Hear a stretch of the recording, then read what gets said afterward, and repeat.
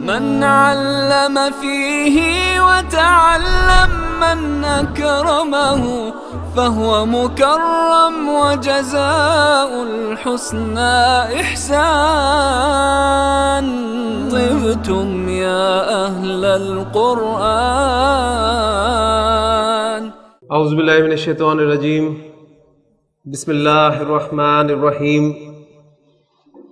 رب اشرح لی صدری ویسر لی امری واحلل عقدۃ من لسانی یفقہوا قولی. رب یسر ولا تعسر وتمم بالخیر. آمین یا رب العالمین. آج میں نے آپ کے سامنے کوئی آیت تلاوت نہیں کی، لیکن جو میں نے دو جملے آپ کے سامنے بولے ہیں، اعوذ باللہ من الشیطان الرجیم اور بسم اللہ الرحمن الرحیم،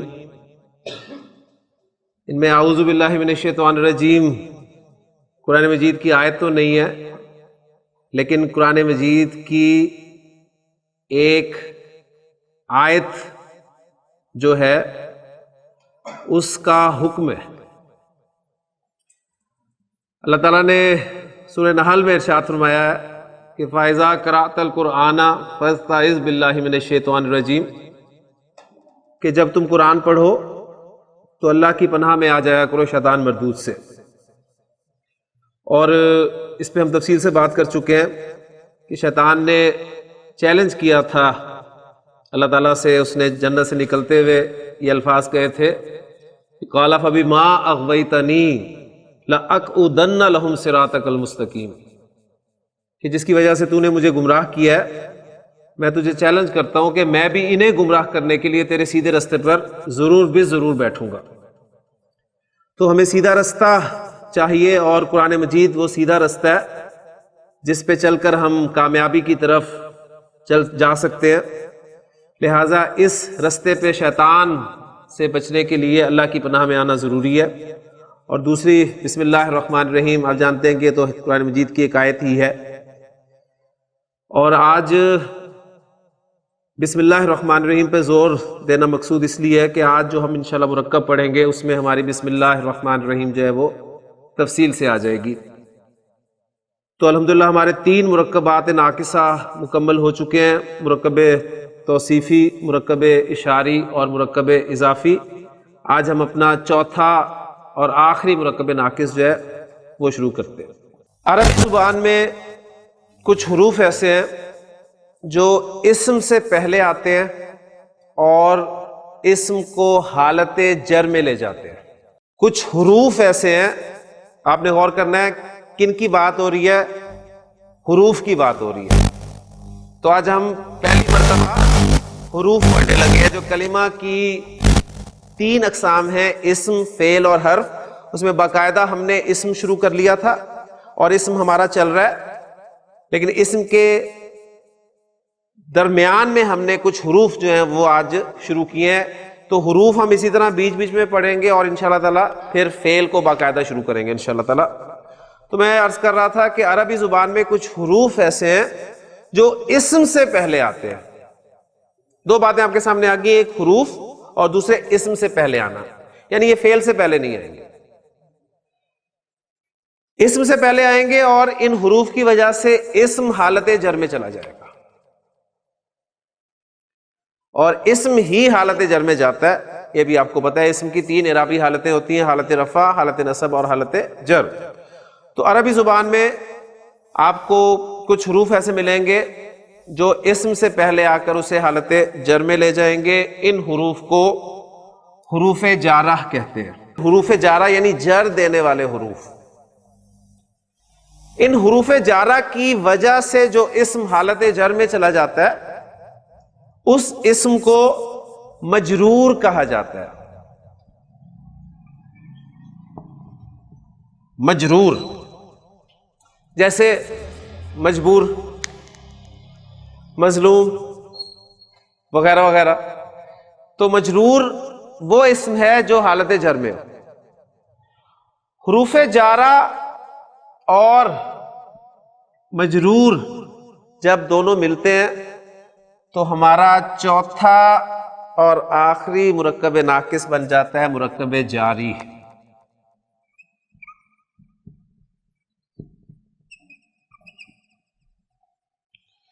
مرکب توصیفی پہلا مرکب ناقص، مرکب اشاری دوسرا مرکب ناقص، مرکب اضافی تیسرا مرکب ناقص، اور مرکب جاری چوتھا مرکب ناقص. مرکب جاری کسے کہتے ہیں دانش؟ حروف جارہ اور مجرور کے ملنے سے جو مرکب بنتا ہے وہ مرکب جاری کہلاتا ہے. بالکل اس طرح جس طرح موصوف اور صفت کے ملنے سے مرکب توصیفی بنتا ہے، اشارہ اور مشار الیہ کے ملنے سے مرکب اشاری بنتا ہے، مضاف اور مضاف الیہ کے ملنے سے مرکب اضافی بنتا ہے. تو حروف جارہ اور مجرور ان دونوں کے ملنے سے جو مرکب ناقص بنے گا وہ مرکب جاری کہلائے گا. یا آپ اس کو ایسے بھی کہہ سکتے ہیں کہ ایسا مرکب ناقص جس میں حروف جارہ استعمال ہو. بالکل اسی طرح جس طرح ہم نے مرکب اشاری کی ڈیفینیشن ایسی کی تھی کہ ایسا مرکب ناقص جس میں اسماء اشارہ استعمال ہوں اسے مرکب اشاری کہتے ہیں. تو آپ اسی بیس پہ یہ ڈیفینیشن بھی اس کی کر سکتے ہیں کہ ایسا مرکب ناقص، یہ پھر بات ہو رہی ہے مرکب ناقص کی جس میں حروف جارہ استعمال ہو. اب جس طرح مرکب اشاری میں جب ہم نے کہا تھا کہ ایسا مرکب ناقص جس میں اسماء اشارہ استعمال ہو، تو ہم نے پھر اسماء اشارہ کو تفصیل سے پڑھا تھا کہ اسماء اشارہ ہیں کون کون سے اور کس کس معنی کے لیے وہ استعمال ہوتے ہیں. اب اس مرکب جاری میں ہمارے حروف جارہ آ گئے ہیں، لہٰذا اب ہم حروف جارہ کے بارے میں پڑھیں گے کہ عربی زبان میں کون کون سے حروف جارہ ہیں اور وہ کن کن معنی میں استعمال ہوتے ہیں.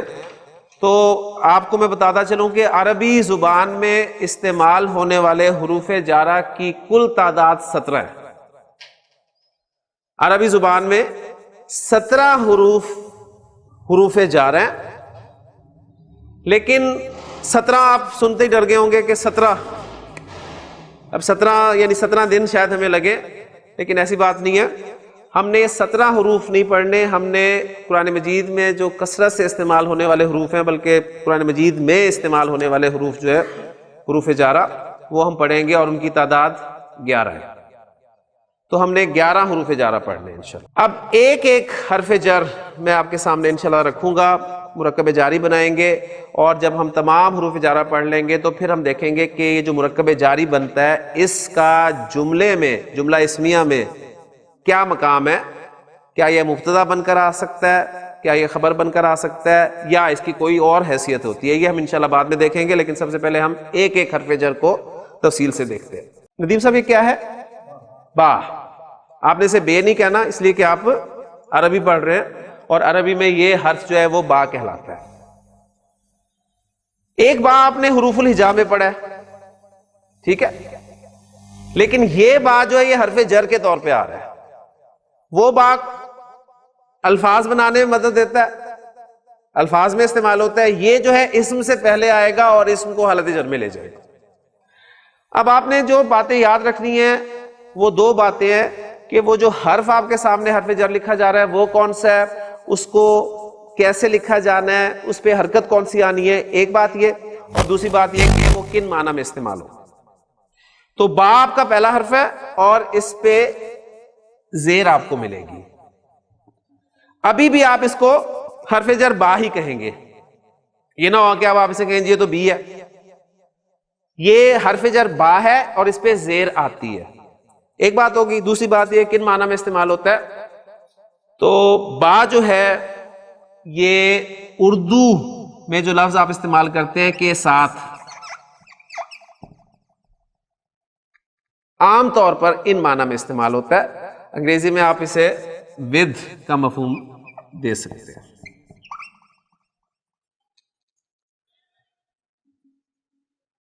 انشاءاللہ تعالی ڈیٹیلز آپ مزید جو آگے جائیں گے آپ کو ان حروف جارہ کے اور معنی بھی سامنے آئیں گے، لیکن ابھی میں آپ کو بنیادی مفہوم کے ساتھ لے کے آگے چلوں گا.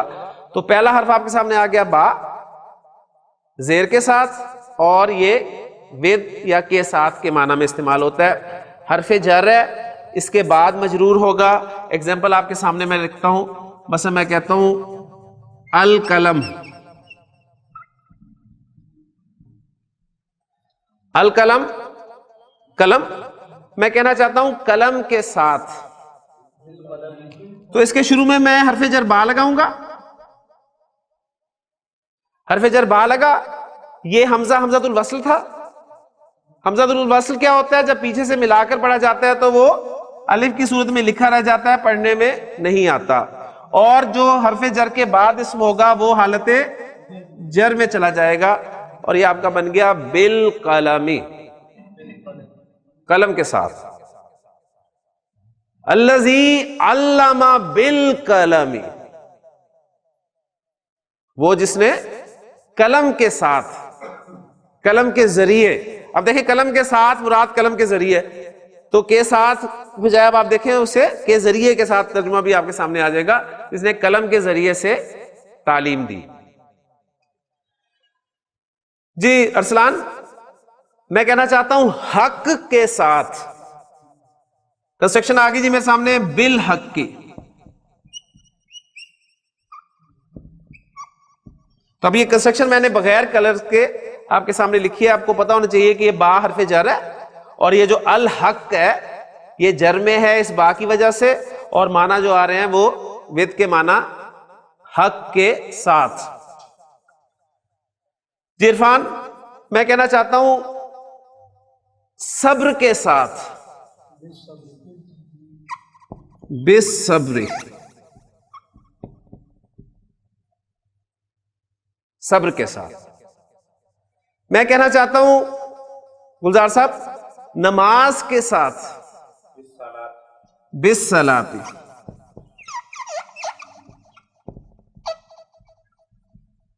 صبر کے ساتھ, نماز کے ساتھ. اب میں کہنا چاہتا ہوں صبر اور نماز کے ساتھ. صبر اور نماز, اس کو بریکٹ کر لیا, اور کے ساتھ ایک دفعہ با لگ گیا تو آپ کو پتا ہے بریکٹ سے باہر جو کچھ ہوتا ہے وہ سب کے ساتھ ملٹیپلائی ہوتا ہے. ٹھیک ہے, تو یہ کیا بن گیا؟ بالصبر والصلاۃ. صبر اور نماز کے ساتھ, صبر اور نماز کے ذریعے. بڑے خوبصورت الفاظ ہے قرآن مجید میں. اللہ تعالیٰ نے ہمیں ہدایت دی ہے کہ یا ایھا الذین آمنو, اے ایمان والو, استعینوا, مدد حاصل کرو, بالصبر والصلاۃ, صبر اور نماز کے ذریعے سے. آپ دیکھیں کہ طارق صاحب, ہمیں جب بھی کوئی مصیبت پڑتی ہے, ہم پہ کوئی بھی مصیبت پڑتی ہے, تو یہ دو چیزیں وہ چیزیں ہیں جو سب سے پہلے ہم سے جاتی ہیں. پہلی بات صبر نہیں ہوتا, ہم بے صبرے ہو جاتے ہیں, اور اچھے والے نماز پڑھ رہے ہوتے ہیں آگے پیچھے, لیکن ٹینشن میں نماز بھی بھول جاتے ہیں. اللہ تعالیٰ کا حکم یہ ہے کہ اے ایمان والو, صبر اور نماز کے ذریعے سے مدد حاصل کرو. مدد اللہ سے حاصل کرنی ہے, لیکن ذریعہ کیا بنانا ہے؟ صبر اور نماز. اللہ تعالیٰ عمل کرنے کی توفیق عطا فرمائے. مرکب پہچانیے دانش.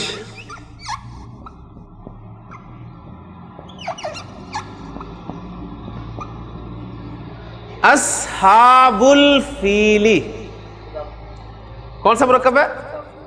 مرکب اضافی. اصحاب, عابد صاحب الف لام کے بغیر ہے, تنوین بھی نظر نہیں آ رہی, تو آپ کا ذہن جانا چاہیے کہ مرکب اضافی بن رہا ہے. کنفرم آپ نے اس وقت کرنا ہے جب آپ کو اگلا اسم حالت جر میں نظر آئے گا. اگلا اسم حالت جر میں ہے تو کنفرم ہو گیا اصحاب الفیل مرکب اضافی ہے. اب مرکب اضافی میں ہر مرکب اضافی کا ترجمہ کا کے کی کے ساتھ نہیں ہوگا, ٹھیک ہے نا. فیل ہاتھی کو کہتے ہیں, یعنی ہاتھی کے ساتھی, یہی ہوگا نا ترجمہ, ہاتھی کے ساتھی یعنی ہاتھی والے, ہاتھی والے. اب میں کہنا چاہتا ہوں ہاتھی والوں کے ساتھ. جی باہر میں جر لگا دوں گا.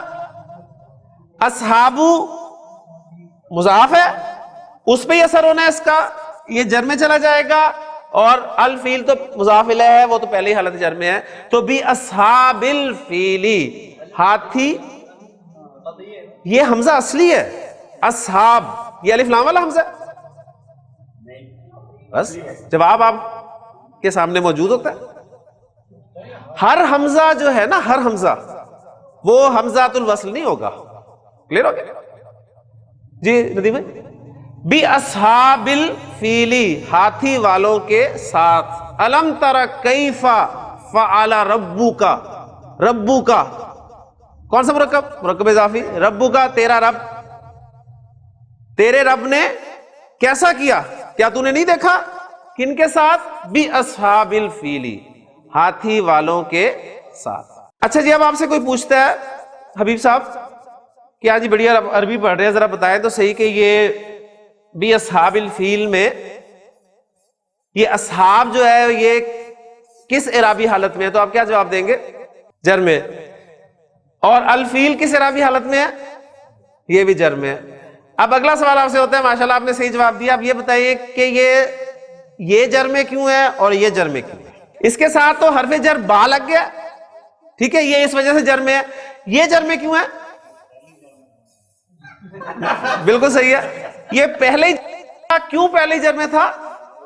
یہ مضاف الیہ ہونے کی وجہ سے جر میں تھا. تو ماشاءاللہ جواب ان کا بالکل ٹھیک ہے کہ یہ تو پہلی جر میں تھا اور یہ اس با کی وجہ سے جر میں چلا گیا. تو ماشاءاللہ اب دیکھیں، وہ جو میں نے آپ کو بتایا تھا کہ عربی زبان میں کسی بھی اسم کے حالت جر میں ہونے کی صرف دو وجوہات ہیں.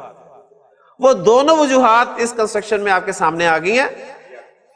اسم حالت جر میں ہوگا یا تو مضاف الیہ ہونے کی وجہ سے یا پھر اس سے پہلے کوئی نہ کوئی حرف جر ہوگا. تو یہ دونوں وجوہات آپ کے سامنے الحمدللہ آ گئی ہیں.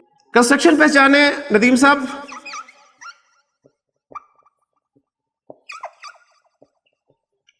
اسم اللہ مرکب اضافی. پہلا اسم الف لام کے بغیر، ہلکے اعراب کے ساتھ، تنوین کے بغیر. آپ کو شک ہوا کہ یہ مرکب اضافی بن رہا ہے، کنفرم آپ نے کرنا ہے اگلے اسم کو دیکھ کے کہ وہ حالت جر میں ہے. تو اسم اللہ ترجمہ کیا ہوگا؟ اللہ کا نام. اللہ کا نام. اب میں کہنا چاہتا ہوں اللہ کے نام کے ساتھ، تو اسم کے بارے میں آپ کو پہلے بتا چکا ہوں کہ اسم کا حمزہ حمزۃ الوصل ہے، ٹھیک ہے نا؟ اسم کا حمزہ حمزۃ الوصل ہے. لہذا جب اسے پیچھے سے ملا کر پڑھیں گے تو یہ پڑھا نہیں جائے گا اور اسم مضاف جو ہے وہ حالت جر میں چلا جائے گا اور کنسٹرکشن آپ کے سامنے آ جائے گی بسم اللہ، اللہ کے نام کے ساتھ. اور بسم اللہ لکھنے کا اپنا ایک رسم الخط ہے، اس کو آپ نوٹ کر رہے ہیں. آپ کو کبھی بھی کہیں بھی بسم اللہ ایسے لکھی نظر نہیں آئے گی، بلکہ آپ کو بسم اللہ کیسے لکھی نظر آئے گی؟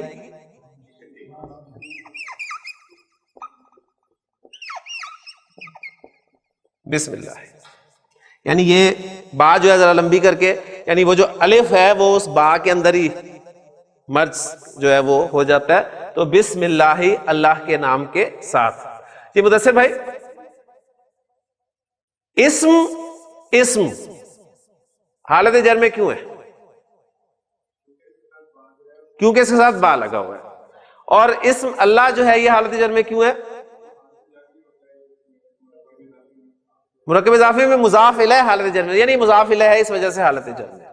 الحمدللہ آپ کو پتہ چل گیا جی، یہ آپ کا جار ہے. اب بسم اللہ شروع کیا تو پوری کر لیتے ہیں. پوری کیا ہے؟ بسم اللہ الرحمن الرحیم.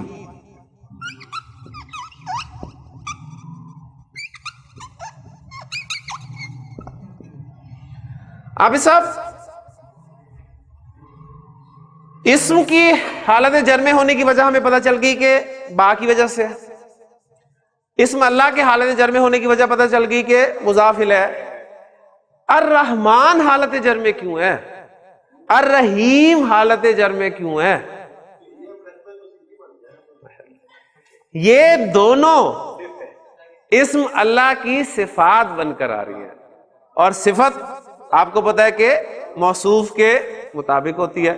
یعنی اب دیکھیں وہ جو ٹاپک آپ نے پڑھا ہے وہ کام آ گیا کہ نہیں آ گیا؟ تو بسم اللہ الرحمن الرحیم. اب اس کا ترجمہ ہم کیا کریں گے؟ بات سمجھ میں آ گئی؟ اس کا پورا فارمیٹ سمجھ میں آ گیا نا؟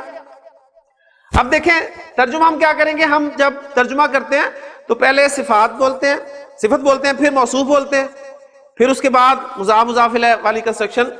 تو الرحمن پہلی صفت ہے. میں کہوں گا الرحمن، اب اس کا میں لفظی ترجمہ نہیں کر رہا، الرحمن الرحیم اللہ کے نام کے ساتھ. کیا ترجمہ ہے اس کنسٹرکشن کا؟ الرحمن الرحیم اللہ کے نام کے ساتھ. اور یہ آپ کی ایک انکمپلیٹ کنسٹرکشن ہے، یہ پورا جملہ نہیں ہے. کیسے انکمپلیٹ کنسٹرکشن ہے دیکھیں، میں آپ کے سامنے اس کا انالیسس کر دیتا ہوں. دیکھیں آپ کا الرحمن جو ہے یہ صفت اول، الرحیم صفت دوم، یہ دونوں صفات ہیں. اور اسم اللہ جو ہے یہ موصوف ہے. موصوف اپنی دونوں صفات سے مل کر اسم کے لیے مضاف الیہ بن گیا، اور اسم جو ہے یہ مضاف ہے. مضاف اور مضاف الیہ یہ دونوں مل کے مجرور ہیں. کس کی وجہ سے؟ حرف جار کی وجہ سے. جار اور مجرور مل کے کیا بن گئے؟ مرکب جاری. تو اینڈ ریزلٹ آپ کے سامنے آ گیا کہ یہ پوری بسم اللہ الرحمن الرحیم ایک مرکب جاری کنسٹرکشن ہے، جو کہ ایک مرکب ناقص ہے، یعنی انکمپلیٹ کنسٹرکشن ہے. لہذا اس ترجمہ میں اس لیے آپ کے سامنے جو کر رہا ہوں کہ الرحمن الرحیم اللہ کے نام کے ساتھ، جبکہ آپ کو اس کا ترجمہ جو ہے وہ ملتا ہے شروع کرتا ہوں اللہ کے نام سے جو بڑا مہربان نہایت رحم کرنے والا ہے. تو یہ ترجمہ کیوں کیا گیا اس کا؟ اس وجہ سے کیا گیا ہے کہ ہمارے بزرگوں نے دیکھا ہے کہ قرآن مجید پڑھنے والوں کو عربی گرامر نہیں آتی، لہٰذا انہوں نے بات سمجھانے پہ زور دیا. انہوں نے آپ کو بات سمجھا دی، کیونکہ نبی اکرم صلی اللہ علیہ وسلم کا فرمان ہے کہ جو بھی کام کیا جائے گا وہ اللہ کے نام کے ساتھ شروع کیا جائے گا. لہٰذا شروع کرتا ہوں آپ نے اکثر جگہ پہ دیکھا ہوگا بریکٹ میں ہوتا ہے، تو اس میں شروع کرتا ہوں کے لیے کوئی لفظ نہیں ہے، یعنی وہ انڈرسٹوڈ ہے کہ کام ہر جو ہے آپ نے شروع کرنا ہے وہ اللہ کے نام کے ساتھ شروع کرنا ہے. لہٰذا اس کو انڈرسٹوڈ مان لیں. جو بھی کام کر رہے ہیں اس کام کا فعل شروع میں انڈرسٹوڈ ہے. آپ سوار ہونے لگے ہیں کسی چیز پہ تو آپ کہیں گے ارکبو بسم اللہ الرحمن الرحیم. آپ کھانے لگے ہیں کوئی چیز تو آپ کہیں گے آکلو بسم اللہ الرحمن الرحیم. آپ کچھ پینے لگے ہیں تو آپ کہیں گے اشربو بسم اللہ الرحمن الرحیم. یعنی یہ کہنا لازمی نہیں ہے، ہمارے لیے اتنا ہی کہنا کافی ہے بسم اللہ الرحمن الرحیم کہ الرحمن الرحیم اللہ کے نام کے ساتھ، یعنی کام جو ہے وہ اس کے نام کے ساتھ شروع ہو رہا ہے. تو الحمدللہ یہ پورا مرکب جاری آپ کے سامنے جو ہے وہ مکمل ہوگا. دوسرا حرف جر میں آپ کو پڑھانے لگا ہوں. دوسرا حرف جر ہے تا. اس پہ حرکت آتی ہے زبر، اور یہ قسم کے لیے استعمال ہوتا ہے.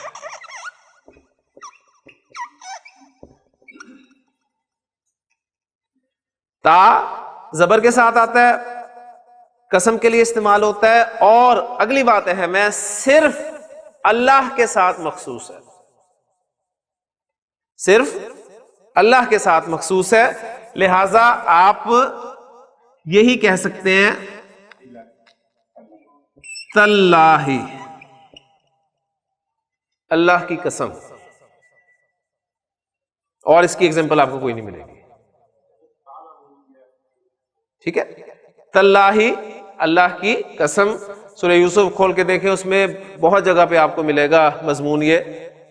حضرت یوسف علیہ السلام کے بھائیوں نے جب حضرت یوسف علیہ السلام نے اپنے آپ کو ایکسپوز کر دیا ان کے سامنے، تو قالو کہنے لگے تاللہ اللہ کی قسم لقد آثرک اللہ علینا، یقیناً اللہ نے آپ کو ہم پہ ترجیح دی ہے. اسی طرح حضرت یعقوب علیہ السلام کے بھی الفاظ تاللہ، اور پوری سورہ یوسف میں آپ کو کثرت سے جو ہے وہ تاللہ کا لفظ ملے گا. حضرت ابراہیم کے الفاظ بھی وہی ہیں جو انہوں نے کہتے ہیں کہ تاللہ لأکیدن اصنامکم، اللہ کی قسم میں تمہارے بتوں کے خلاف ضرور کچھ نہ کچھ کروں گا. تو پھر جو انہوں نے کیا تھا اس کا کل حال ہم نے جو ہے وہ دیکھ لیا تھا. تو اس حرف پر مزید ظاہر بات ہے پریکٹس کرنے کی ضرورت نہیں، کیونکہ یہ اللہ کے ساتھ مخصوص ہے، تو اس کی ایک ہی ایگزامپل آپ کو ملے گی، دوسری کوئی ایگزامپل نہیں ملے گی. تیسرا حرف ہے واو. واو یہ زبر کے ساتھ استعمال ہوتا ہے. ایک واو آپ نے پڑھا ہے اور کے معنی میں، ابھی آیا تھا نا الصبر والصلاۃ، صبر اور نماز. اور ٹھیک ہے، زید و حامد، زید اور حامد. وہ واو اور کے معنی میں ہے. یہ واو حرف جر ہے، یہ واو حرف جر ہے.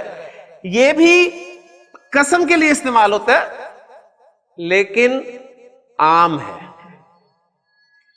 ٹھیک ہے، قسم کے لیے استعمال ہوتا ہے لیکن عام ہے، یعنی اللہ کے ساتھ بھی آپ اسے استعمال کر سکتے ہیں، اور اللہ نے دوسرے اسماء کے ساتھ بھی اس کو استعمال کیا ہے. ہم استعمال نہیں کر سکتے اس کو، لیکن اللہ نے اپنے کلام میں اس حرف جر کو دوسرے اسماء کے ساتھ استعمال کیا ہے. اللہ کے ساتھ ہم استعمال کرتے ہیں تو کنسٹرکشن آپ کے سامنے بن جائے گی. جی حبیب صاحب کیا بنی؟ واللہ، واللہ اللہ کی قسم. ہم اکثر بولتے بھی ہیں واللہ، ٹھیک ہے، واللہ میں سچا ہوں، یعنی اللہ کی قسم میں سچا ہوں. تو واللہ اللہ کی قسم. اور ہم نے قسم کھانی ہے تو ظاہر بات ہے اللہ کی کھانی ہے، کیونکہ قسم کھائی جاتی ہے عظیم ہستی کی، اور اللہ کی ہی قسم کھانی چاہیے. اور یہ جو ہم ایک دوسرے کی قسمیں کھاتے رہتے ہیں اکثر، یہ مناسب نہیں ہے. تو قسم کھانی ہے تو صرف اللہ کی قسم کھانی ہے. اچھا، اب اللہ نے قرآن مجید میں مختلف اسماء کی قسمیں کھائی ہیں. مثلا ایک آواز مجھے آئی والعصر، زمانے کی قسم، والتین والزیتون وطور سینین وہذا البلد الامین. اب سارے قسمیں کھائی اللہ تعالیٰ نے، زیتون کی، انجیر کی، طور سینا کی، اور اس امن والے شہر کی.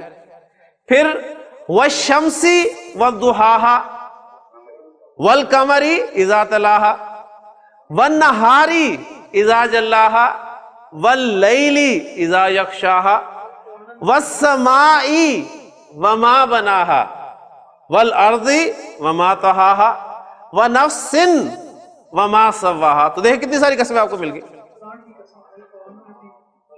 قاف والقرآن المجید، ٹھیک ہے، یاسین والقرآن الحکیم،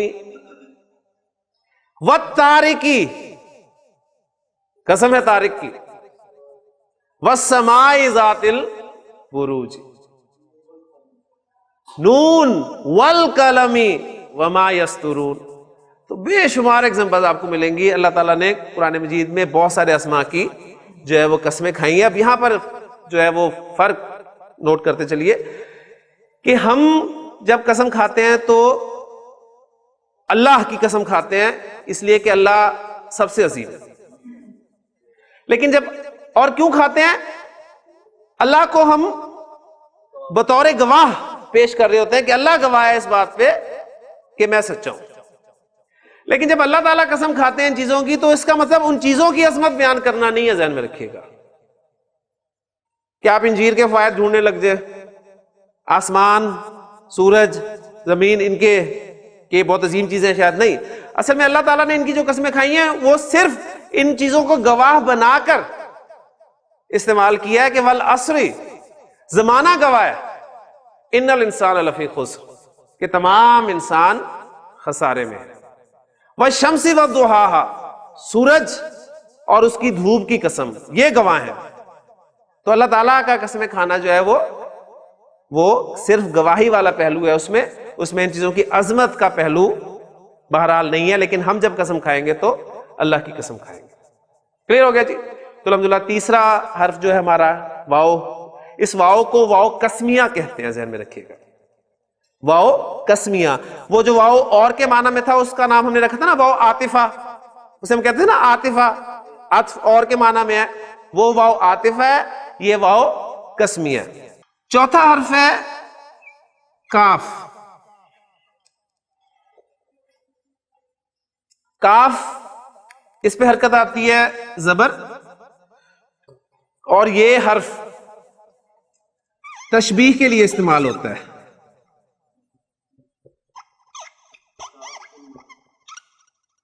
تشبیہ کے لیے، تشبیہ کے لیے جو ہم الفاظ اردو میں استعمال کرتے ہیں وہ کرتے ہیں کی طرح، جیسا، کی مانند، سا، لائک، انگریزی والا لائک، ٹھیک ہے نا. ہم کہتے ہیں you are like my brother, تو میرے بھائی جیسے ہو، ٹھیک ہے. تو میرے بھائی کی طرح ہو، تو میرے بھائی کی مانند ہو، تو میرے بھائی سے ہو، ٹھیک ہے. تو یہ تشبیہ کے لیے کافی استعمال ہوتا ہے. مثلا آپ کہتے ہیں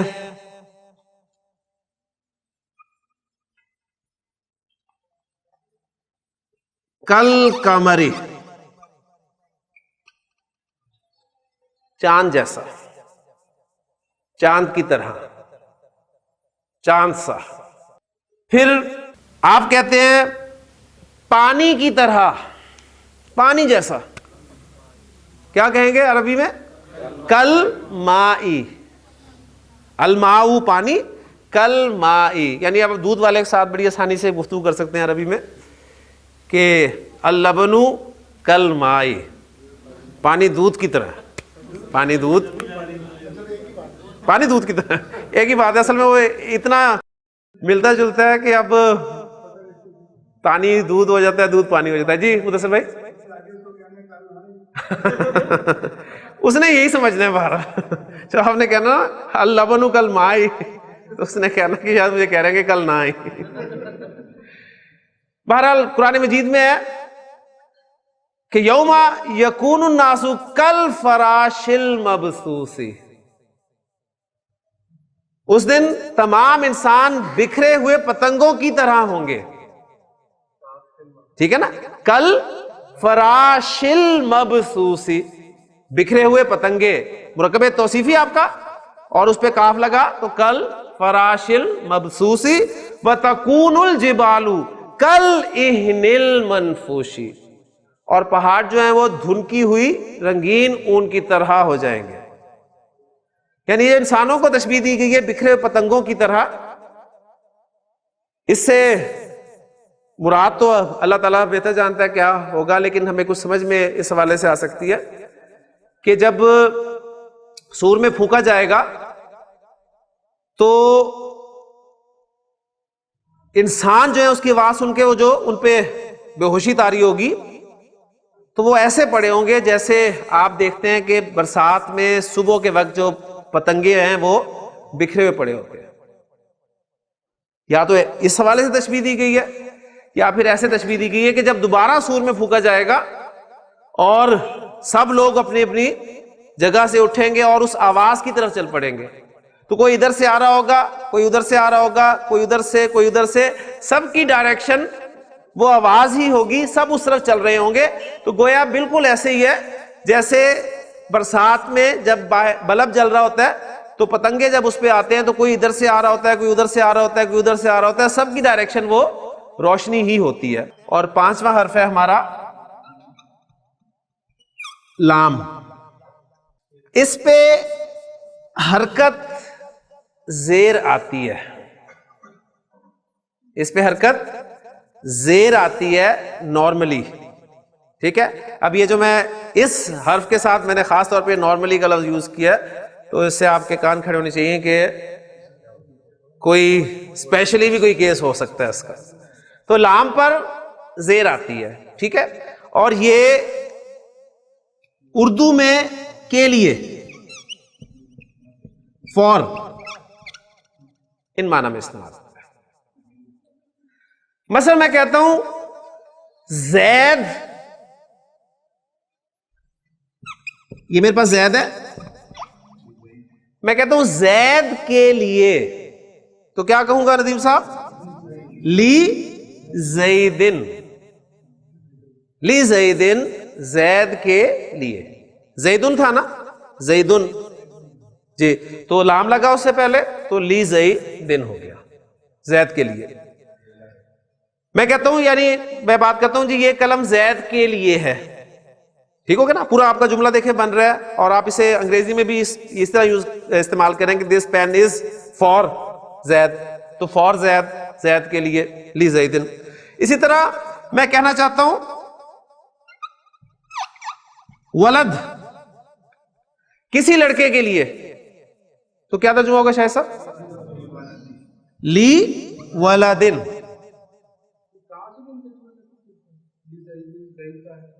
لی ولدن کسی لڑکے کے لیے. رجل، جی میں کہنا چاہتا ہوں کسی آدمی کے لیے، لی رجولن، لی رجولن کسی آدمی کے لیے. ایگزامپلز میں نے آپ کو جو تینوں اسما کی دی ہے وہ تینوں اسما تنوین والے اسما تھے، ایک معرفہ تھا اور دو نکرہ تھے، ایسے ہی نا؟ اب میں آپ کو اسلام کا استعمال بتا رہا ہوں معرف باللام اسم کے ساتھ. مثلا یہ ولد تھا نا نکرہ، تو اس کا معرفہ اسم کیا ہوگا عرفان؟ الولد. الولد. اس کے شروع میں نے لام لگانا ہے، لام جارہ، تو کیا پڑھیں گے اس کو جی؟ للولدی، للولدی لڑکے کے لیے. لی والدین کا ترجمہ میں نے کیا کیا تھا؟ کسی لڑکے کے لیے، اور للولدی کا ترجمہ میں نے کیا لڑکے کے لیے. اب یہ اتنا میں اس پہ زور کیوں دے رہا ہوں؟ اس لیے کہ پوائنٹ اب آپ نے نوٹ یہ کرنا ہے کہ یہ لام جارہ، اس کا اسپیشل ایک نام ہے لام جارہ.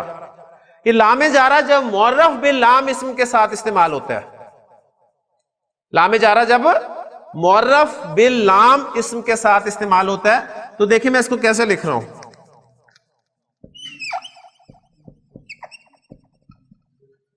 پڑھا آپ نے یہی تھا نا للولدی، پڑھا یہ تھا، لیکن آپ دیکھیں وہ حمزۃ الوصل پڑھنے میں تو نہیں آ رہا، لیکن یہ لام جارہ کا ایک خاص سٹائل ہے کہ جب یہ الف لام والے اسم کے ساتھ آتا ہے تو وہ حمزۃ الوصل لکھنے سے بھی چلا جاتا ہے. للولدی پڑھیں گے تو آپ اسی طرح چاہے حمزۃ الوصل لکھیں یا نہ لکھیں، لیکن آپ ہر جگہ لکھ رہے ہیں، لکھتے آئے ہیں، صرف اس کی حرکت ہی مٹاتے آئے ہیں نا. لیکن لام جارہ جب داخل ہوگا الف لام والے اسم کے ساتھ تو پھر وہ حمزۃ الوصل لکھنے سے بھی چلا جاتا ہے، للولدی. اسی طرح اب یہ الرجل اگر میں کروں، الرجل، تو اس کو میں لام جارہ کے ساتھ کیسے لکھوں گا؟ یہ حمزہ لکھنے سے بھی ہٹا دوں گا اور یہ بن جائے گا آپ کا للرجل، آدمی کے لیے. جی کافروں کے لیے، عابد صاحب ماشاءاللہ شاباش، ماشاءاللہ ویری گڈ. کافر، کافرن جمع کیا ہے کافر کی؟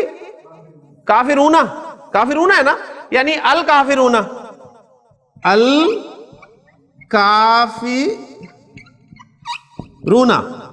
جی لام داخل کرنا ہے تو یہ حمزۃ الوصل لکھنے میں بھی نہیں آئے گا، للکافی رونی. جی عابد صاحب جر میں جانا ہے نا، جر میں لے کے جائے. اونا، اونا ساؤنڈ کس کی ہے؟ جمع سالم مذکر کی، رفع ساؤنڈ ہے اونا. اب نصب اور جر ساؤنڈ جمع مذکر سالم کی کیا ہے؟ اینا، اینا. للکافی رینا، للکافرین. المسلمون لام لگائیں، للمسلمین. المتقون للمتقین، ھدی للمتقین. ذالک الکتاب لا ریب فیہ ھدی للمتقین. یہ متقین کے لیے ہدایت ہے. کلیئر ہو گیا جی؟ تو الحمدللہ یہ بھی بات آپ کے سامنے آ گئی. حافظ صاحب نے، شاہد صاحب نے سوال کیا تھا اور ایز یوزل جلدی سوال کیا تھا انہوں نے.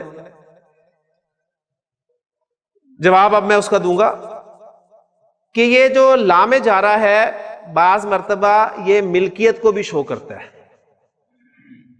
لام جارہ بعض مرتبہ ملکیت کو بھی شو کرتا ہے. جب ملکیت کو شو کرے گا تو اس وقت اس کا ترجمہ ہم کا کے ساتھ کریں گے. لی زیدن زید کے لیے, اور جب ملکیت کے لیے شو کریں گے تو کہیں گے زید کا. ٹھیک ہے نا. دیکھیں میں کہتا ہوں کہ یہ قلم زید کے لیے ہے, تو کیا مطلب ہے اس کا؟ یہ قلم زید کے لیے ہے, یہ ملکیت ہوگی. یہ قلم زید کے لیے ہے,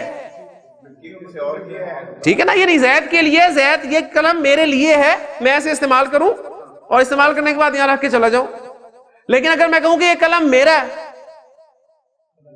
تو اب یہ میری ملکیت ہے. یعنی یہ قلم زید کا ہے تو اب زید کی ملکیت ہے. ٹھیک ہو گیا. اسی طرح لل ولدی لڑکے کے لیے یا لڑکے کا, تو دونوں ترجمے ممکن ہے. للہ, اب ترجمہ کریں للہ کا, اللہ کے لیے یا اللہ کا. اب دیکھیں کانٹیکسٹ آپ کو بتائے گا کہ کہاں پر آپ نے ترجمہ کے لیے کے ساتھ کرنا ہے اور کہاں پر ترجمہ ملکیت والا کرنا ہے. قرآن مجید میں اللہ تعالیٰ نے ارشاد فرمایا ہے کہ للہ ما فی السماوات و ما فی الارض, آسمان و زمین میں جو کچھ ہے وہ اللہ کا ہے. اب وہاں پر آپ یہ ترجمہ نہیں کریں گے اللہ کے لیے ہے, یعنی اللہ کے لیے کا تو مطلب ہے کہ اللہ نے کیا کرنا ہے اس کا. آسمان و زمین میں جو کچھ ہے وہ اللہ کے لیے, اللہ کے لیے کیا, وہ تو ہمارے لیے, وہ سب اللہ کی ملکیت ہے, اللہ کا ہے. تو کانٹیکس پھر آپ کو بتایا کہ یعنی دونوں پاسبلٹیز ہوں گی. پھر کانٹیکس سے آپ اندازہ کریں گے کہ اس کا ترجمہ جو ہے وہ کیا کرنا ہے. الحمدللہ 5 حروف جار ہم نے پڑھ لیے ہیں, 11 پڑھنے ہیں, تو الحمدللہ 5 ہو گئے ہیں ایک دن میں. انشاءاللہ 6 جو ہیں وہ ان پہ کل بات کریں گے. سبحانک اللہم و بحمدک, اشہد ان لا الہ الا انت, استغفرک و اتوب الیک. من علم فيه وتعلم من أكرمه فهو مكرم وجزاء الحسنى إحسان. طبتم يا أهل القرآن.